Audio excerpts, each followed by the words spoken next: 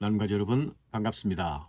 오늘 본문에서 유다 지파를 필두로 실제적인 가나안 땅의 분배가 시작되고 있죠. 유다 지파의 경계가 동서남북 각각의 경계를 자세하게 표시합니다. 이어지는 13절 이후의 말씀은 여분네 아들 갈렙이 여호수아에게 요청한 땅 헤브론을 취하여서 기업으로 삼는 이야기가 등장하지요. 유다 지파가 분배받게 된 땅은 가나안 남부 지역이었습니다. 그들은 가장 먼저 땅을 분배받았을 뿐만 아니라 가장 넓은 땅을 분배받습니다. 유다 지파의 경계에 대한 묘사가 다른 지파들과 비교해 볼 때 매우 상세하게 기술되어 있습니다.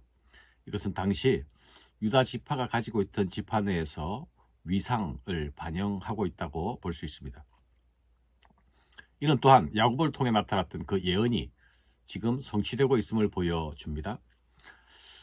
족장 야곱은 죽기 전 이렇게 유언을 했죠. 유다는 사자 새끼라 통치의 지팡이가 떠나지 않을 것이라. 이 유언이 이제 성취되고 있습니다. 약속의 땅 가나안에서 그들은 영적 장자로서 모든 지파의 선두에 서서 전투에 임함으로써 실제적인 두각을 나타내고 있습니다. 사사기 1장에 보면 유다 지파가 가나안 전투에 선봉에 서는 모습을 확인할 수 있습니다. 이 가나안 땅은 약속이 성취되는 땅입니다. 유다 지파가 영적 장자의 위치를 가지게 된 것은 분명 예언의 성취입니다. 그러나 유다 지파에 대한 야곱의 예언이 성취될 때에 그 중심에, 그 성취의 중심에 믿음의 사람 갈렙이 우뚝 서 있었다는 것을 기억해야겠습니다.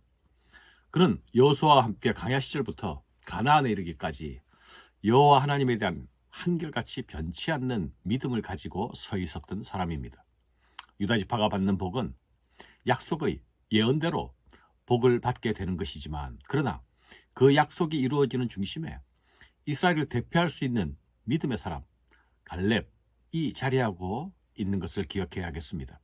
예언의 성취가, 약속의 성취가 믿음의 응답 가운데서 이루어지고 있는 것이죠. 유다 지파가 복을 받았다고 하는 것이 유다 지파가 받은 땅이 가장 비옥한 땅이라거나 또는 가장 안전한 땅이라는 뜻은 아닙니다. 그 땅을 차지하려면 전쟁을 해야만 했죠.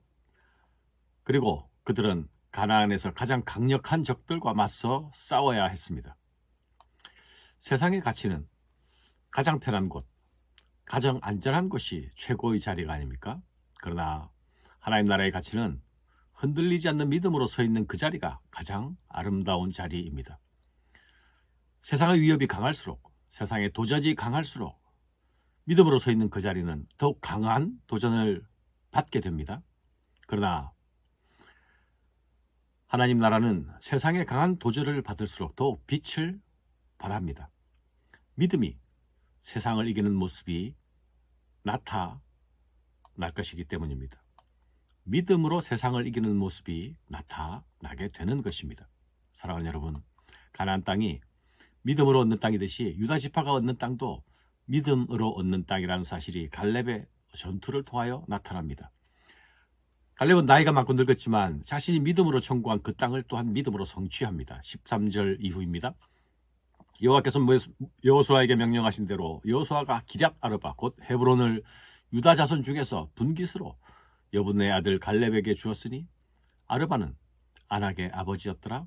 갈렙이 거기서 아낙의 소생 그세의 아들 곧 세세와 아히만과 달메를 쫓아내었고, 헤브론에는 아낙 자손이라는 거인족들이 살고 있었죠. 그들은 45년 전에 이스라엘은 스스로 메뚜기 같은 존재로 여기게 할 만큼 이스라엘의 간담을 높게 만들었던 자들이었죠.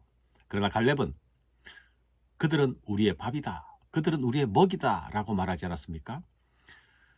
그렇게 말했던 그의 처음 믿음대로 이제 세세와 아히만과 달메, 이 아낙 자손들의 새 우두머리를 쫓아냅니다.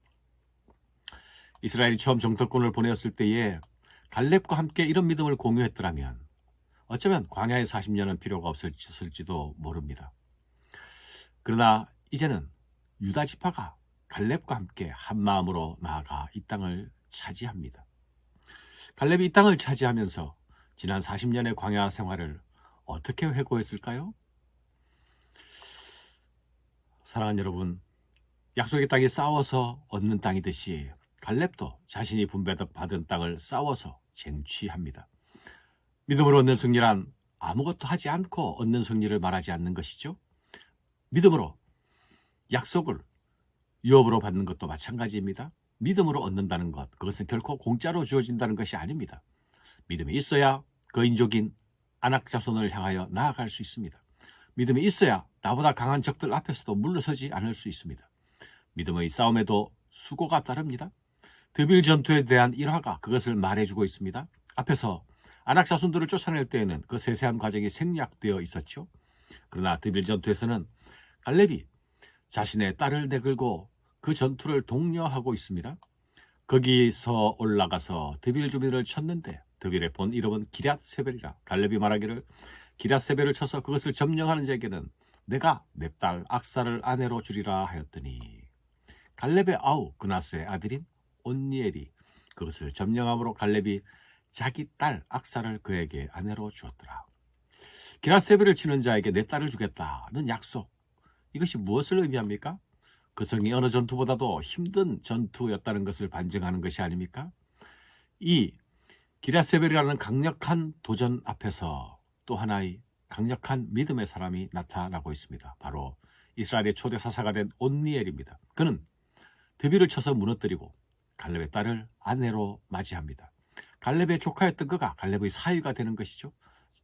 사촌끼리 결혼을 하게 된 셈입니다. 그러나 혈통의 관계보다 더 중요한 것이 있습니다. 그것이 무엇입니까? 그것은 광야 세대의 믿음을 대표하던 이 여호수아와 갈렙의 믿음을 계보를 가나안 땅에서 악사가 그 대를 이어간다는 사실입니다. 약속의 땅에서도 여전히 믿음의 싸움은 남아 있습니다. 하나님 나라는 믿음의 사람들을 통해서 전진하는 나라입니다. 갈렙의 딸 악사 역시 믿음의 사람임이 나타나고 있습니다. 그가 출가하여 살아야 할 땅은 네겝 땅, 곧 메마른 사막과 같은 광야 땅이었습니다. 자신들의 기업이 비록 물 없는 메마른 땅이라고 하지만 포기하지 않고 나아갑니다. 그것을 피하지 않습니다. 바꾸어달라고 하지 않습니다. 믿음으로 그곳에서 뿌리를 내리며 경작하겠다는 것이 내게 샘물을 주소서라는 우물의 청구로 나타나고 있습니다. 악사는 소위 결혼지참금으로 보석과 폐물을 요구하는 대신에 윗샘과 아랫샘, 우물을 요구하고 있는 것이죠. 이는 자신에게 주어진 땅을 끝까지 포기하지 않겠다는 결기가 담긴 믿음의 청구입니다. 사랑하는 여러분, 오늘 우리 성도들에게 남아있는 약속이 무엇입니까?